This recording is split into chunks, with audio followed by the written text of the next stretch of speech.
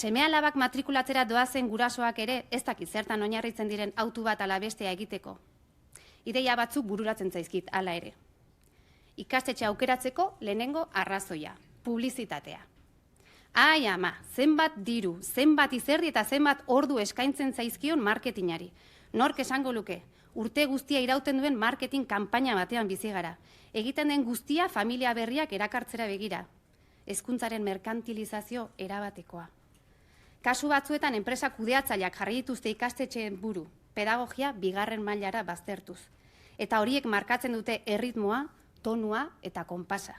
Eta gutxiengo zarata maila batera iristen ez bazara, akabo, ez zara existitzen.